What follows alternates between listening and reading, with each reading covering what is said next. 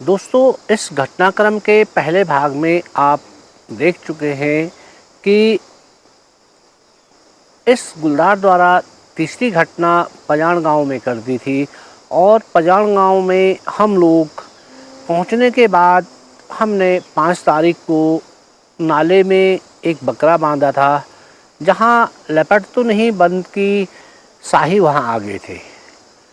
दोस्तों, 6 तारीख को हम लोगों ने इस सारे एरिया जितने भी इनके रास्ते थे, सुबह उन सारे रास्तों को चेक किया और जहाँ जहाँ भी संभावनाएं थी वहाँ हमें गुलदार के ट्रेस खोजे।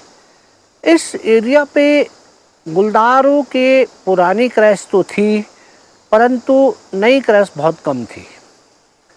इससे लग रहा था कि इस एरिया पे गुलदार तो हैं, परंतु इनके पास क्षेत्र बहुत बड़ा होगा, इसलिए महीने में 1 या 2 बार ये इस गांव का राउंड मार रहे हैं।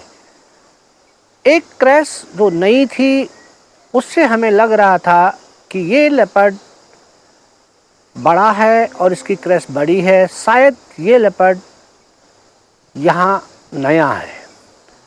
अब हम लोग ये भी सोच रहे थे कि कहीं हो ना हो ये ब्रह्मखाल से चला हुआ लेपर्ड है, क्योंकि मैं इससे पहले इस प्रकार के लेपर्ड को मार चुका था जो लगभग 20 या 25 किलोमीटर चलने के बाद जो वारदात कर रहा था। फिर भी 2 परमिट से इसलिए ये लग रहा था कि ऐसा भी हो सकता है कि इस एरिया में कोई नया गुलदार जो है वो मैनीटर हो गया है। 6 तारीख शाम को हमने फिर उस एरिया पे जहाँ जहाँ उस गांव के किनारे के जो और गांव थे उन पे सर्च करना शुरू किया। हमें ये आशा थी कि हो सकता है यदि ये आदमखोर नया हुआ है, इसने किल किया, खाया नहीं है, तो क्या पता ये और किल के लिए और गांवों पर शाम के समय दिखाई देगा। जब हमने और गांवों को सर्च किया तो हमें कोई सफलता नहीं मिली।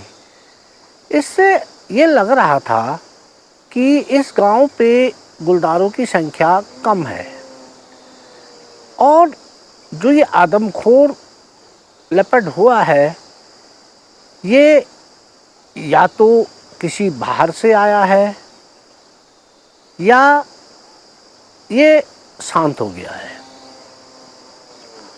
दोस्तों, 7 तारीख हमें बीके सिंह जी जो एसडीओ थे उस समय, सिंह साहब, वे अपनी गश्त के दौरान फोल्ट की ओर जा रहे थे। फोल्ट एक जगह का नाम है जो चौरंगी खाल और पजाण गांव जहाँ पे हमारी गाड़ी खड़ी थी उसके बीच में पड़ता है। यहाँ पे वन विभाग की चौकी है और वन विभाग का बंगला भी है।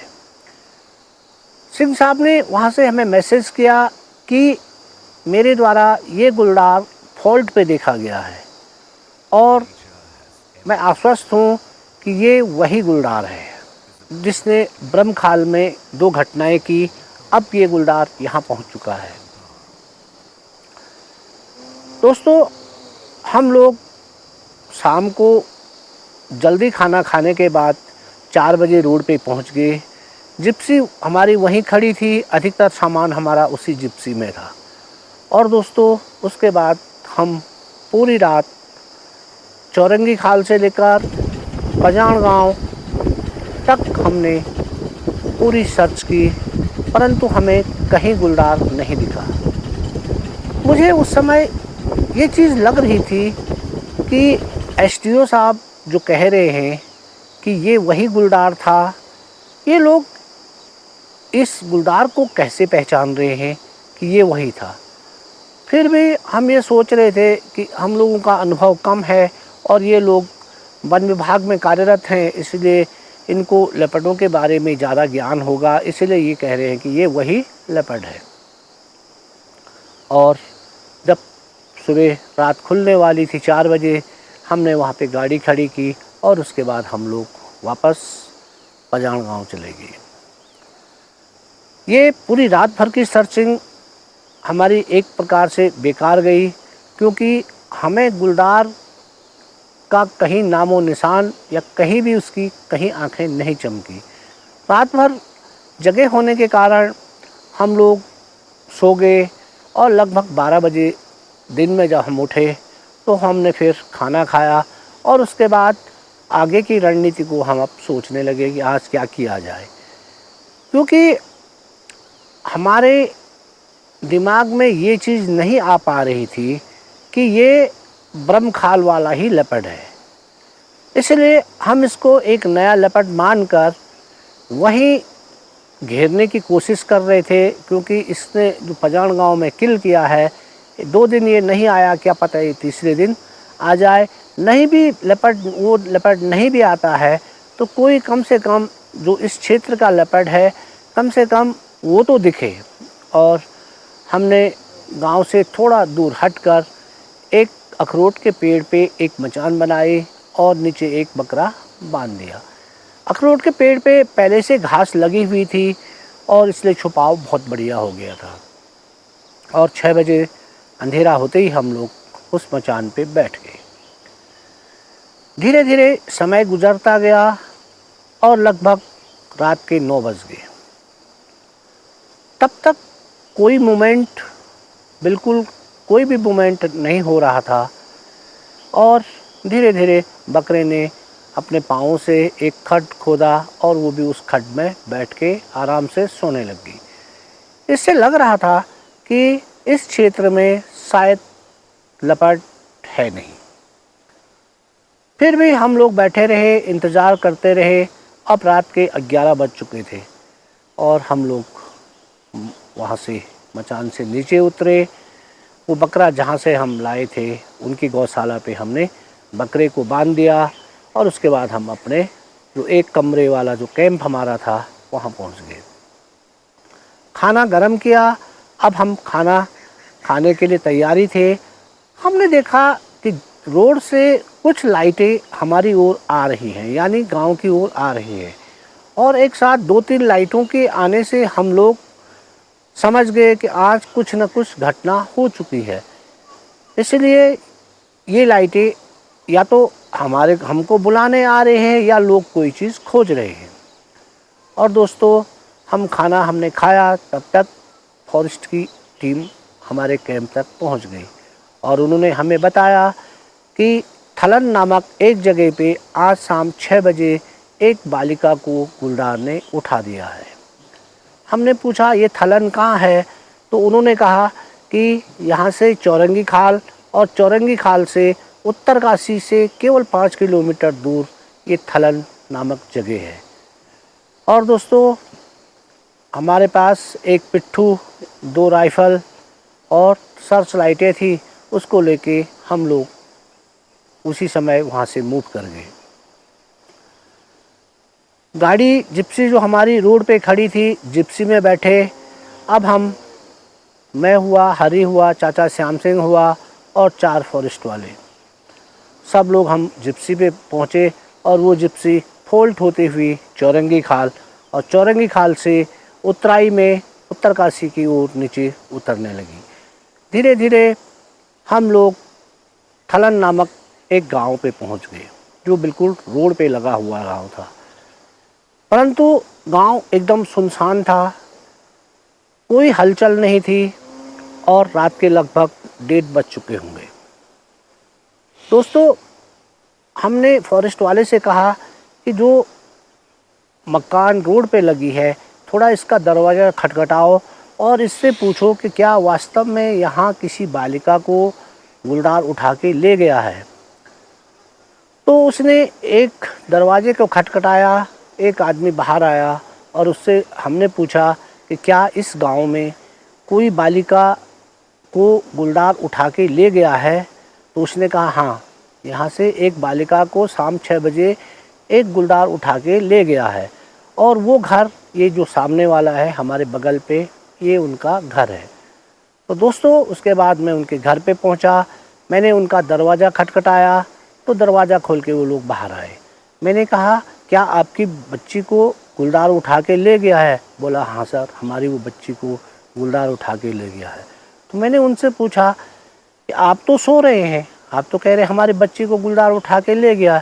बोला सर हाँ, हम 6 बजे से लेकर अभी 1 बजे तक लगातार उस बालिका को ढूंढ रहे थे, परंतु हमें वो कहीं नहीं मिली। इसलिए हम लोग, क्योंकि जाड़ों के दिन हैं और सब लोग अपने अपने घर चले गए, तो हमें भी वापस आना पड़ा। दोस्तों, मैंने उनसे पूछा कि आप हमें केवल इतना बता दें कि वो बालिका को किस ओर ले गया है। तो उन्होंने हाथ से बताया कि सर ये जो नीचे खेत दिख रहे हैं, इसकी ओर वो हमारी बालिका को उठा के ले गया था। उनसे पूछा कि ये घटना कैसे हुई, तो वो उनकी माँ, उस लड़की की जो माँ थी, वो बता रही थी कि शाम के समय हम लोग नीचे अपने घर के आंगन में बैठे हुए थे। सिंगल मंजिल की मकान थी और उसका दरवाज़ा खेतों की ओर था। 2 कमरे थे और उसके आगे उनका हल्का सा बरामदा था। उसके बगल से जो रास्ता आ रहा था वो थोड़ा ऊंचा था और घर के आगे हल्के सी जो क्यारी नुमा थी, उसमें थोड़ा कोई चीज़ उन्होंने बो रखी थी। शायद ये लेपर्ड उन खेतों की तरफ से वहाँ पे पहुँचा और लाइट बाहर उनकी बाली हुई नहीं थी, क्योंकि उनके पीछे मेन सड़क थी, इसलिए उन लोगों को गुलदार का कोई भय नहीं था। गुलदार पहले से बैठा उस बच्ची को देखता रहा और जो लाइट गई, एक हवा का झोंका जैसे वहाँ पे आया। उसकी मम्मी को ये पता नहीं चला कि मेरी बेटी को कोई चीज़ उठा के ले गया है, परंतु बहुत तेज़ हवा का झोंका जैसे उसको महसूस हुआ। और उसके बाद जब उसने उस ओर ध्यान दिया तो उसको पता चला कि कोई गुलदार की पूँछ उसको दिखाई दे रही है और वो फट समझ गई कि मेरी बेटी को गुलदार उठा के ले गया है। और वो ज़ोर ज़ोर से चिल्लाई। तो गांव वाले, क्योंकि रोड वहीं पे थी और कुछ लोग उस बाज़ार में भी उस समय थे, इसलिए लोग फटाफट वहाँ से उस गुलदार के पीछे उन खेतों की ओर भागे। और दोस्तों, जिस प्रकार उसने बताया कि वो नीचे की ओर खेतों में उस बालिका को ले गया है। और दोस्तों, उसके बाद हमारे पास 2 सर्च लाइटें थी। एक सर्च लाइट हरी और पाल चाचा ने रखी और हरी के पास गन थी। एक लाइट मैं और मेरे साथ 2 फॉरेस्ट वाले थे और मैंने उनको कहा कि तुम इस ओर को सर्च करो और मैं इस ओर को सर्च करता हूँ। जहाँ भी लेपर्ड, क्योंकि बॉडी नहीं मिली है, तो लेपर्ड बॉडी पे बैठा होगा और जब उसकी आंखें रिफ्लेक्ट कर जाएंगी तो उससे पता चल जाएगा कि इसने बालिका के शव को कहाँ रखा है, और क्या पता गुलदार पे हमको फायर करने का मौका भी मिल जाए। जब हम सर्च कर रहे थे तो मेरी जो सर्च लाइट थी वो फॉरेस्ट वाले के पास थी, मेरे पास अपनी राइफ़ल थी, तो उसको सर्च करने का अनुभव शायद नहीं था, इसलिए वो टॉर्च की भांति उसको चमका रहा था। तो मैंने सोचा कि इस प्रकार से लेपर्ड की आंखें तो चमकेंगी नहीं। मैंने उसको बुलाया और उसको अपनी राइफ़ल थमाई और सर्च लाइट मैंने अपने पास ली, क्योंकि जब तक हम सर्च लाइट को मूवमेंट नहीं करेंगे या हिलाएंगे नहीं, तब तक लेपर्ड कोई ज़रूरी नहीं है कि वो आपकी ओर देखे। और जब लाइट मूवमेंट होती है तो उस मूवमेंट के कारण वो लेपर्ड आंखें देता है, यानी वो उस लाइट की ओर देखेगा, और जब वो लाइट की ओर देखेगा तो उसकी आंखें अपने आप ही रिफ्लेक्ट कर जाएंगी। दोस्तों, ऐसे ही जब मैं सर्च कर रहा था तो जो गांव था, गांव के 50 मीटर नीचे एक बहुत बड़ा पत्थर था और हम उस पत्थर से लगभग 100 मीटर नीचे पहुंच चुके थे।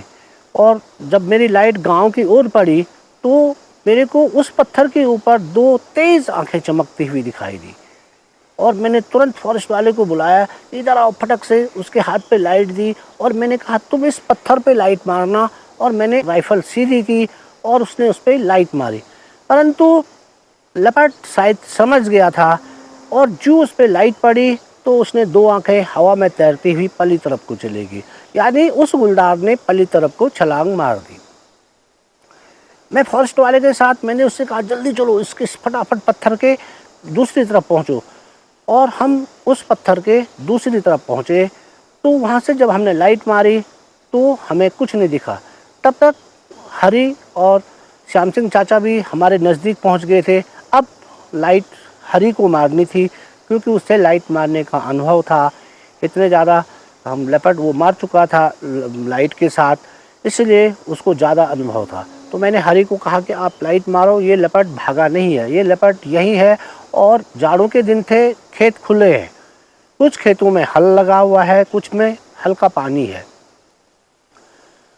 जब हमने लाइट मारी तो एक खेत की आड़ पे हमसे 50 मीटर दूर लेपर्ड की आंखें रिफ्लेक्ट की, और मैं फट घुटने के बल बैठा। मैंने एम किया और हरी ने लाइट मारी, परंतु मेरे टिगर दबाने से पहले वो गुलदार उस खेत की मेंढ की आड़ पे आ गया, क्योंकि वहाँ सारे सीढ़ी नुमा खेत थे। ऐसे जब हम ऊपर से देखेंगे तो लेपर्ड इस खेत के इस आड़ पे छिप जा रहा था, इसलिए ऊपर से वो दिख नहीं रहा था। फिर हम इस साइड से घूमते हुए इस साइड को पहुँचे, ताकि वो इस आड़ पे हमको दिखाई दे। यदि वो खेत की आड़ लेता है तो वो हमको ऐसे दिखाई देगा। जब हमने दोबारा उस पर लाइट मारी, तब तक वो लेपर्ड और 50 मीटर नीचे पहुंच चुका था, और वहाँ भी वो खेत की किनारे उसकी आंखें चमकी। जब तक हमने उस पर एम किया, फिर वो खेत की आड़ पे आ गया। यानी उसको ये मालूम था कि ये लाइट मुझे ढूंढ रही है, और वो फटक से उस पर छुप जा रहा था। दोस्तों, यही प्रक्रिया लगभग 1 घंटे तक चलती रही। लेपर्ड धीरे धीरे नीचे की ओर चलता जा रहा था, और हम भी उसके साथ एम करते करते लगभग नाले के ऊपर तक हम लोग पहुंच चुके थे। और अब रात खुलने वाली थी, और लेपर्ड ने अब समझ लिया था कि ये लोग मुझे ही लाइट से देख रहे हैं और ये मेरा पीछा कर रहे हैं। अतः वह सीधे उस नाले से पार गया, और जो पार बहुत बड़ा एक गांव था, उस गांव में कुत्ते जोर जोर से भौंकने लग गए थे। कुत्तों की आवाज़ सुनते ही मैं समझ गया कि लेपर्ड यहाँ से निकल चुका है, क्योंकि उस साइड पे भोटिया कुत्ते ज़्यादा थे, जो लेपर्ड की गंध को बहुत तेज़ समझ लेते हैं। और जब लेपर्ड उनके गांव के किनारे से निकल रहा है, तो वो उसकी गंध को समझ के भौंकना उन्होंने शुरू कर दिया है। अतः ये लेपर्ड अब इस एरिया से निकल चुका है। दोस्तों, उसके बाद हम लोग वापस आए। उस पत्थर के नीचे एक खेत में हम बैठे रहे। अब मैं ध्यान से उस पत्थर की ओर मैंने देखा, तो मैंने सोचा कि जब ये लोग इस लड़के की बॉडी को गांव वाले लोग खोज रहे होंगे, तो ये आदमखोर इसके पत्थर के ऊपर बैठा इन सारे लोगों की कार्रवाई देख रहा होगा, और इसके द्वारा जो बच्ची कहीं छिपाई गई होगी, उसको भी ये ऊपर से देख रहा था कि ये लोग मेरे शिकार तक पहुंचते हैं या नहीं पहुंचते हैं। और क्योंकि ये पत्थर गांव की ओर था, और लोग उस पत्थर से नीचे की ओर थे, नीचे पहुंचकर लोग सर्च कर रहे थे या खोज रहे थे इस लड़की की बॉडी को। और गांव की ओर किसी को विश्वास नहीं था कि गांव लेपर्ड जो है वो गांव की ओर बैठा हुआ है, जैसे हमारे साथ हुआ। हमको भी विश्वास नहीं था कि उल्टा लेपर्ड गांव की ओर थोड़ी बैठा होगा, लेपर्ड तो नीचे की ओर बैठा होगा। परंतु जब सर्च लाइट से उसकी आंखें चमकी, तब हमें पता चला कि ये तो हमारे पीछे बैठा हुआ है, यानी गांव की ओर बैठा हुआ है, और हम नीचे की ओर सर्च कर रहे हैं। और धीरे धीरे दोस्तों रात खुल गई। जब रात खुली तो उसके बाद हम और कुछ गांव वाले भी आए, और हमने उन खेतों के किनारे उन जगह उस बालिका के शव को ढूंढना शुरू किया। वो बालिका का शव उस पत्थर से 150 मीटर नीचे एक खेत के किनारे एक पेड़ के नीचे इस प्रकार से उस गुलदार ने रखा था जैसे वो बच्ची बैठी हो। यानी इस गुलदार को इस बच्ची के शव को खाने का समय नहीं मिला, क्योंकि लगातार 1 बजे तक ये लोग उस बच्ची की शव को ढूंढ रहे थे। अब जो आधे घंटे का समय था, तब तक हम लोग वहाँ पहुँच गए थे, और 1:30 बजे के बाद हमने सर्च शुरू कर दी थी। इसीलिए इस गुलदार को, इस सब को न तो खाने का समय मिला और न दूर ले जाने का। और उसके बाद हमने गांव वालों को उत्सव दिखाया और वो लोग वहाँ पे रहे। और हमें आज जो हल लगे हुए खेत थे, जो पानी वाले खेत थे, उसमें उस गुलदार की ट्रेस को लेना बहुत ज़रूरी था, क्योंकि बाद में बहुत सारे लोग जो हैं उस पर चल देंगे। इसलिए हमने पेन, कागज़ और पेरिस और प्लास्टर लिया और उस गुलदार के स्पष्ट पग चिन्ह जो दिखाई दे रहे थे उनको ट्रेस किया। आज उस ट्रेस को देख के साफ पता चल रहा था कि यह एक मेल गुलदार है और बहुत बड़ा गुलदार है और इसकी एज 12 से 14 साल के बीच है। हम लोग, क्योंकि पूरी रात हम लोग सोए नहीं थे और हम लोग ऊपर रोड पे आ गए। वहाँ पे कुछ लोग थे, उन्होंने देखा कि ये लोग पूरी रात उठे हुए हैं और उन्होंने मुझे कहा कि सर, आपको यदि आराम करना है तो ये कमरा खुला है, आप लोग इसमें आराम कर लो। और दोस्तों, मैं और हरी उस कमरे में चले गए। कमरे में जाते ही जो मैं थोड़ा लेटा तो मुझे नींद आ गई। और नींद आने के बाद जब लगभग 12 बज गए तो हरी ने मुझे उठाया और बताया कि भाई साहब, वहाँ पे गांव वाले एक खड्डा खोद रहे हैं और आपको बुला रहे हैं। मैं जब वहाँ पहुँचा तो मैंने देखा कि वहाँ पे गांव वाले लगभग 4 या 5 फुट गहरा एक खड्ड खोद रहे हैं। तो मैंने उनसे पूछा कि आप ये खड्ड क्यों खोद रहे हैं? तो उन्होंने, जब राजस्व विभाग वाले आए थे या वन विभाग वाले, वो उस बॉडी का पोस्टमार्टम कराना चाहते थे, परंतु गांव वालों ने उनसे मना कर दिया और कहा कि आज हम इस बॉडी को यहीं पे रखेंगे, आदमखोर गुलदार अपने शिकार पे ज़रूर लौटेगा और हम लोग इस खड्ड के अंदर बैठकर इस गुलदार को मारेंगे और रावत जी, आप हमारे साथ इस खड्ड में बैठोगे।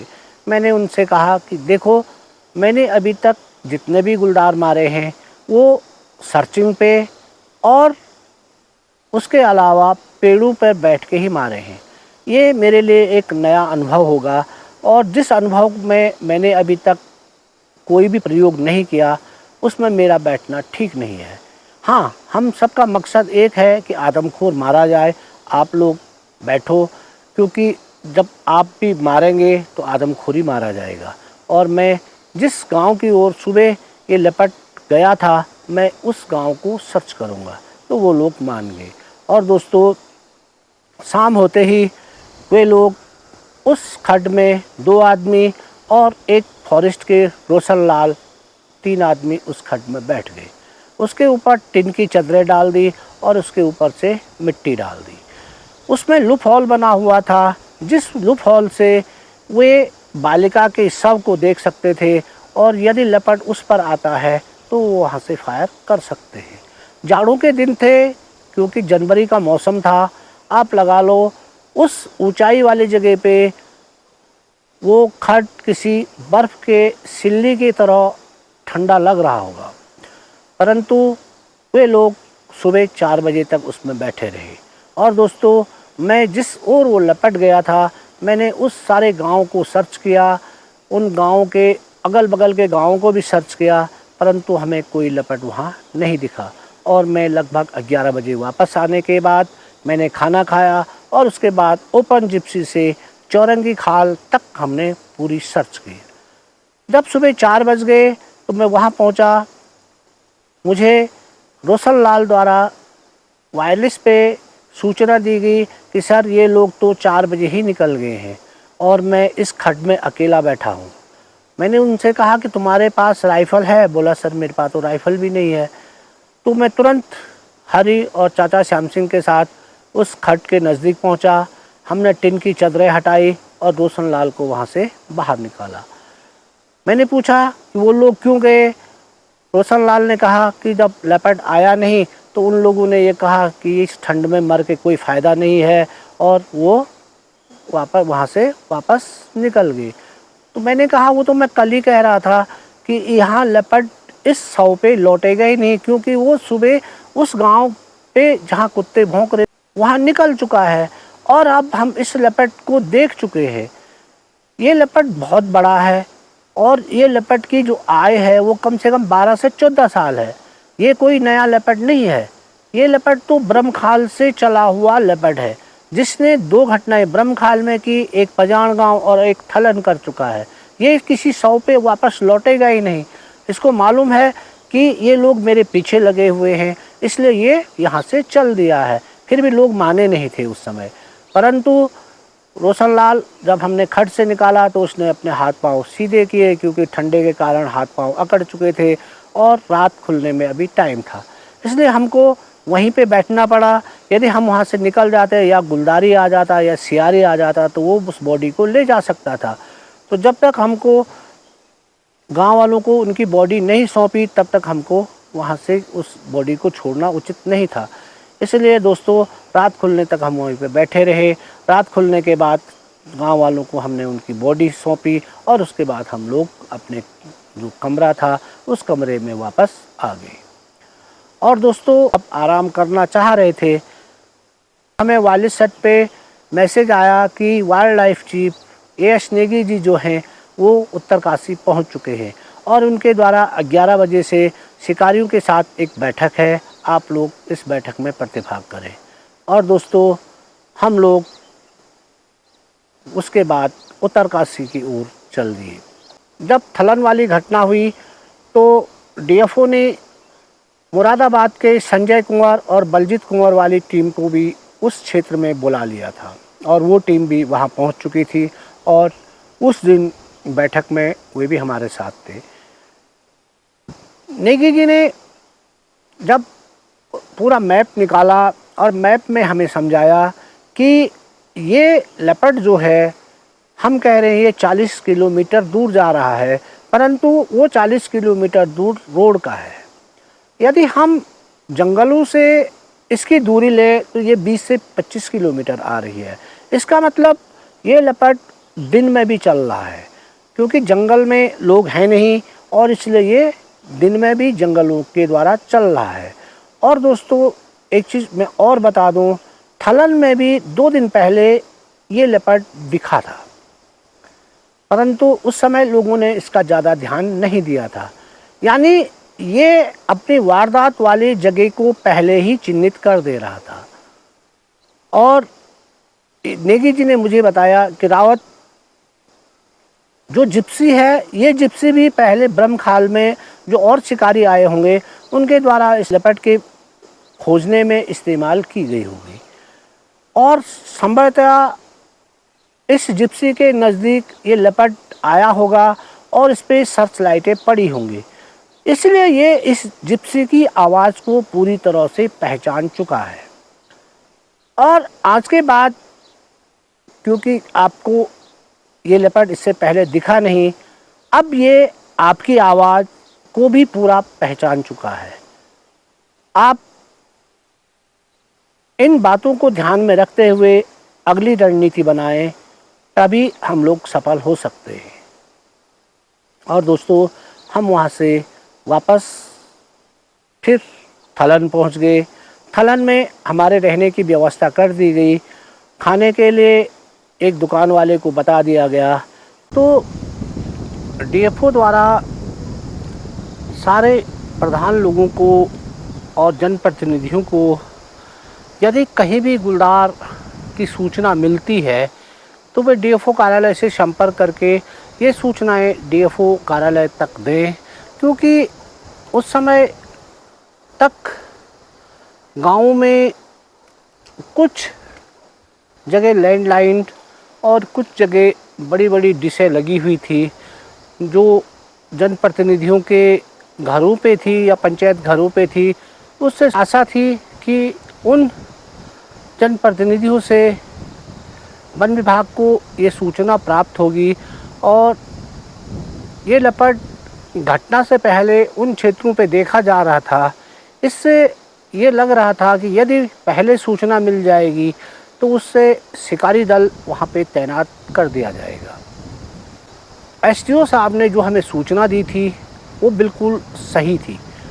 ये लेपर्ड फोल्ट के रास्ते ही थलन तक पहुँचा था और यदि उस दिन इस चीज़ को गंभीरता से लिया जाता और पजाण गांव छोड़कर फोल्ड के आगे के गांवों को सर्च किया जाता तो क्या पता थलन वाली घटना नहीं होती। अब हमको थलन से ही कार्रवाई करनी थी, परंतु अब हम अपनी रणनीति पे सोच रहे थे कि यदि हम पुराने पैटर्न पे ही चलेंगे या पुरानी सोच के हिसाब से ही चलेंगे तो ये गुलदार किल पे किल करता जाएगा और हम केवल इसके पिछलगू बने रहेंगे। यानी हमको इस लपट से आगे सोचना होगा। ये चीज़ हमारे संज्ञान में आ रही थी कि क्या करें, कि हम लोग किस एरिया को सर्च करें। अब हमारे पास पर लोगों की टीम भी पहुंच चुकी थी और वो ओपन गाड़ी से वो भी सर्च कर रहे थे।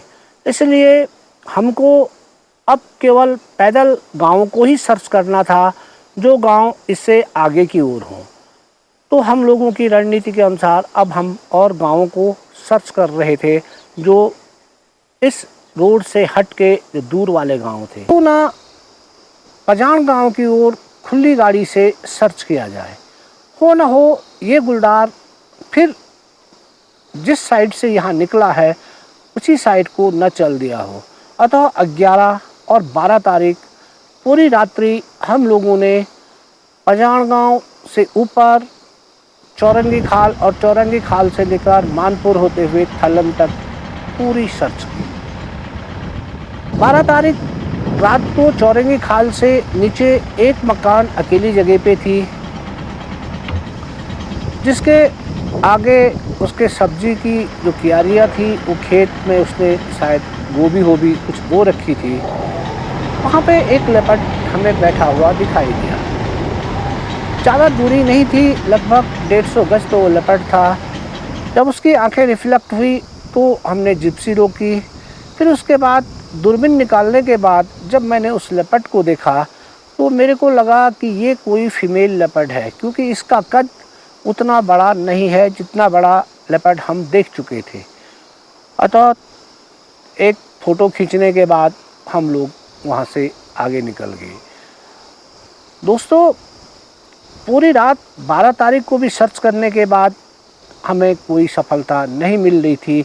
ये पता नहीं चल पा रहा था कि ये लेपर्ड गया तो गया कहाँ, क्योंकि जंगल इतने बड़े क्षेत्र में थे कि जिनमें हम लोग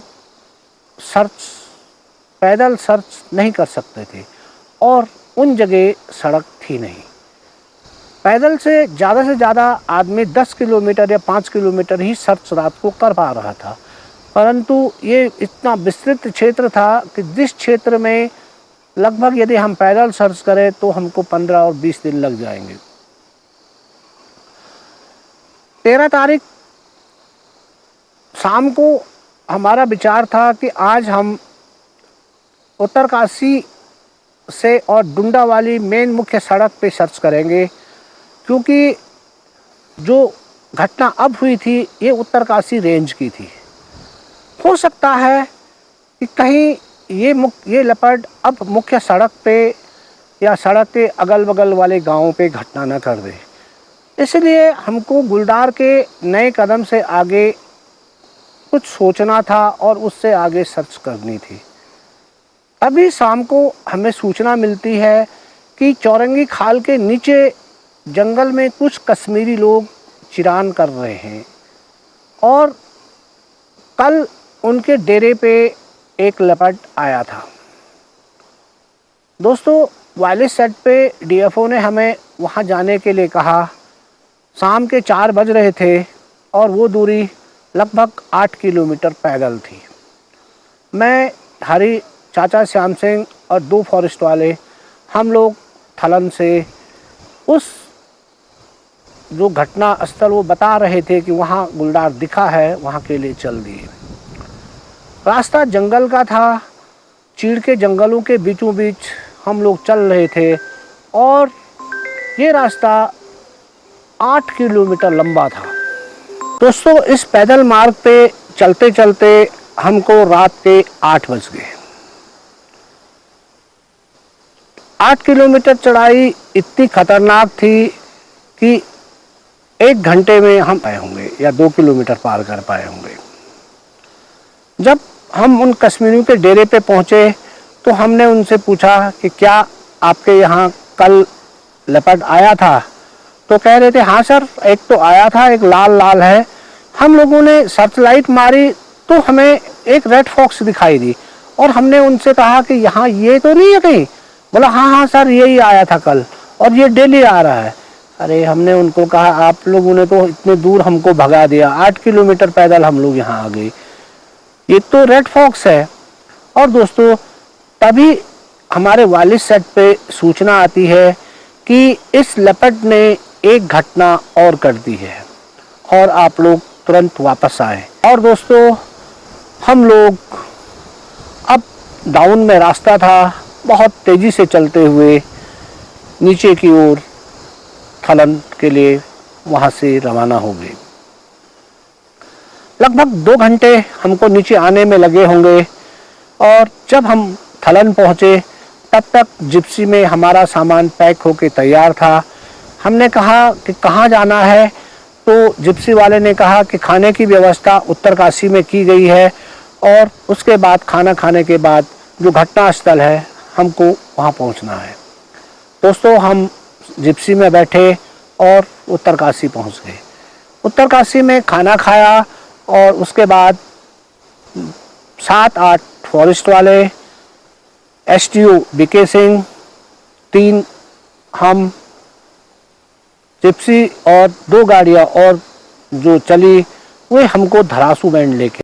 कल इसका अंतिम भाग भी लोड कर दिया जाएगा। धन्यवाद।